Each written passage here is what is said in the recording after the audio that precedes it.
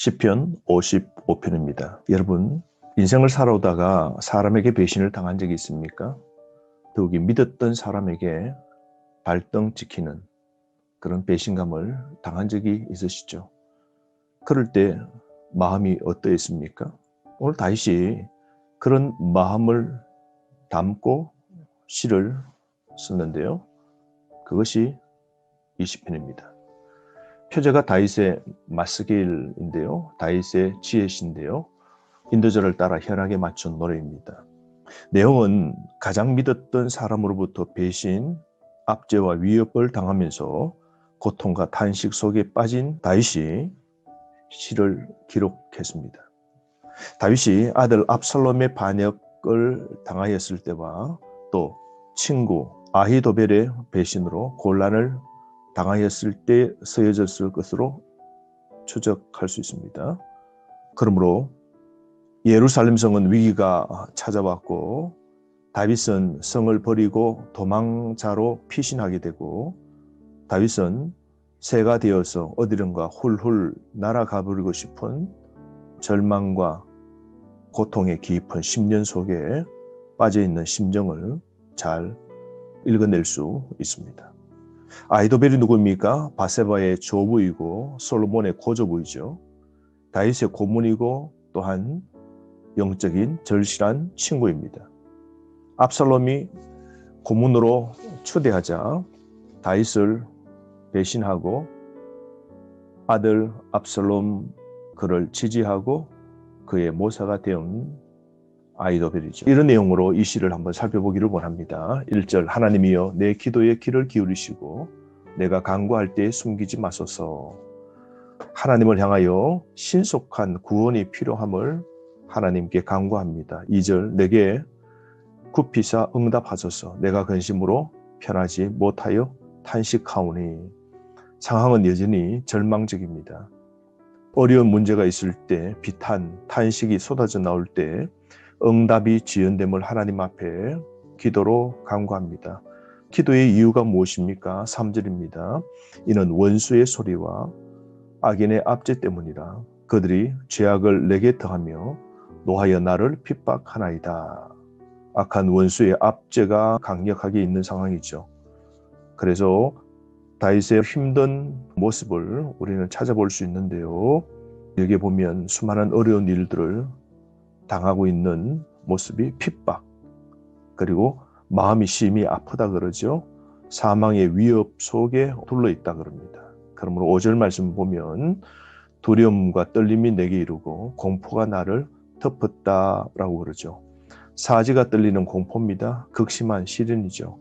아들 압살롬이 왕권을 차지하기 위하여 아버지인 자신에게 칼을 들이대고 자신의 믿었던 영적인 또한 정신적 동력자였던 아히도벨이 배신하고 그 편에 서서 쳐들어오는 이 상황은 다윗에게는 정말 죽었다 싶은 절망, 고통, 괴로움이 가득했을 겁니다. 고통스러워하며 두려워하게 되고 처해진 상황을 절망하면서 하나님을 향하여 부르짖게 되는 것이죠. 여러분, 불안하고 두려운 마음이 들어도 하나님이 도우실 것이라는 믿음을 잃지 말아야 됩니다.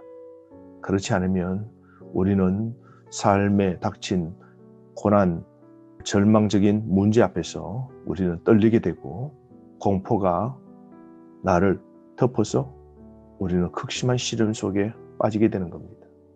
그러므로 어려울수록 믿음을 잃지 말아야 되는 것이죠.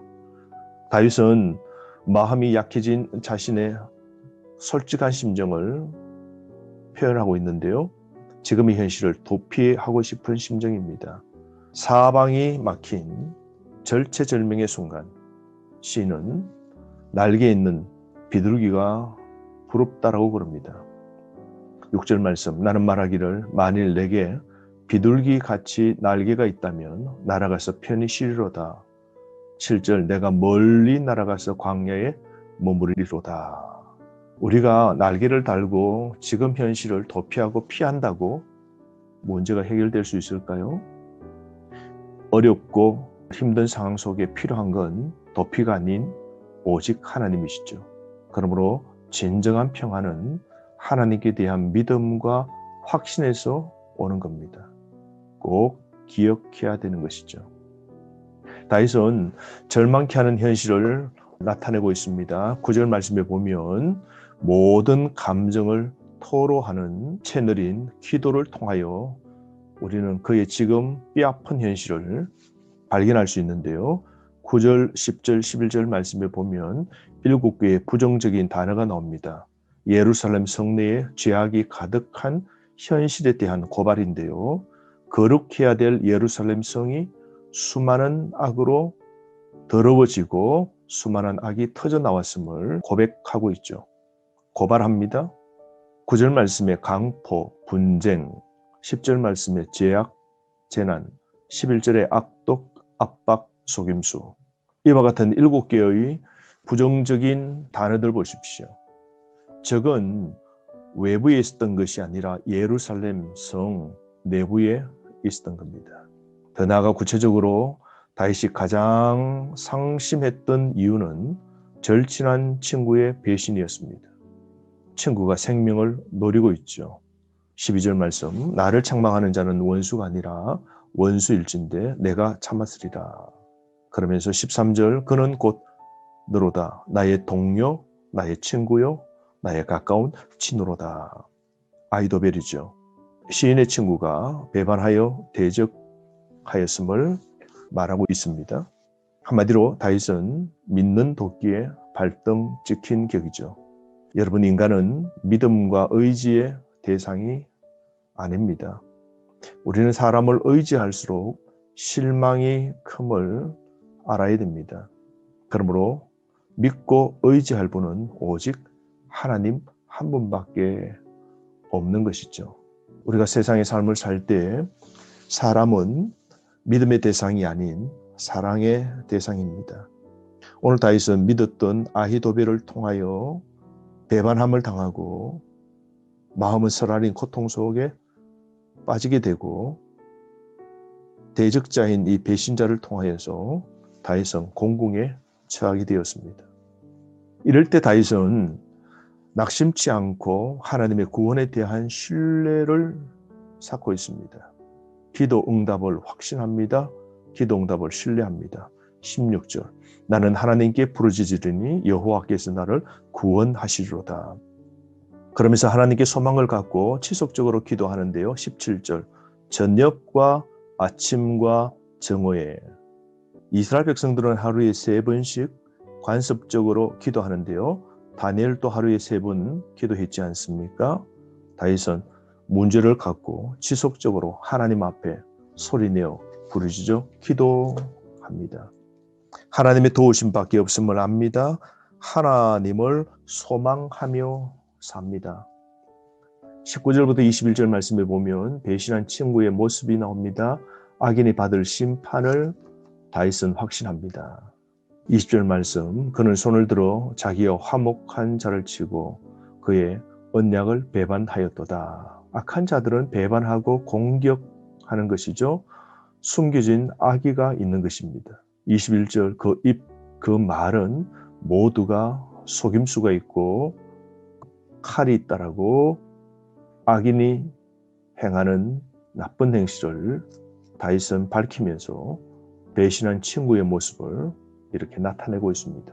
그러면서 다윗은 분노와 복수심의 짐을 하나님께 다 맡기는 겁니다. 22절 말씀, 내 짐을 여호와께 맡기라. 그가 너를 붙드시고 의인의 요동함을 영원히 허락하지 아니하시리로다.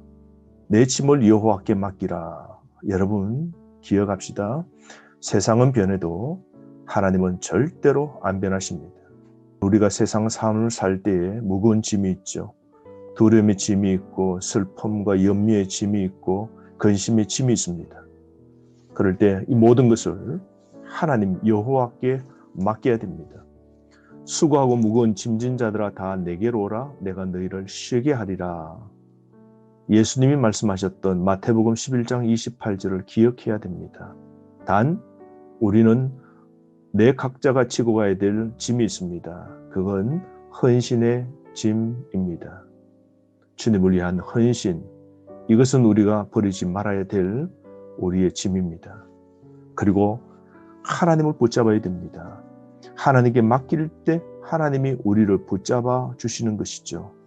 우리가 영원히 흔들리지 아니한 것은 하나님이 붙잡아 주실 때입니다. 의인은 요동치 않습니다. 악인은 반드시 파멸하고 파멸의 웅덩이에 빠지게 됩니다. 죽음과 무덤, 재난의 웅덩이에 빠지게 되는 것이죠. 하나님의 영원한 심판에서 결코 벗어나지 못하는 겁니다. 23절 하나님이여 주께서 그들로 파멸의 웅덩이에 빠지게 하시리다. 피를 흘리게 하며 속이는 자들은 그들의 날의 반도 살지 못할 것이나 나는 주를 의지하리이다. 여러분, 악이 아무리 강해도 하나님 앞에서 무너집니다.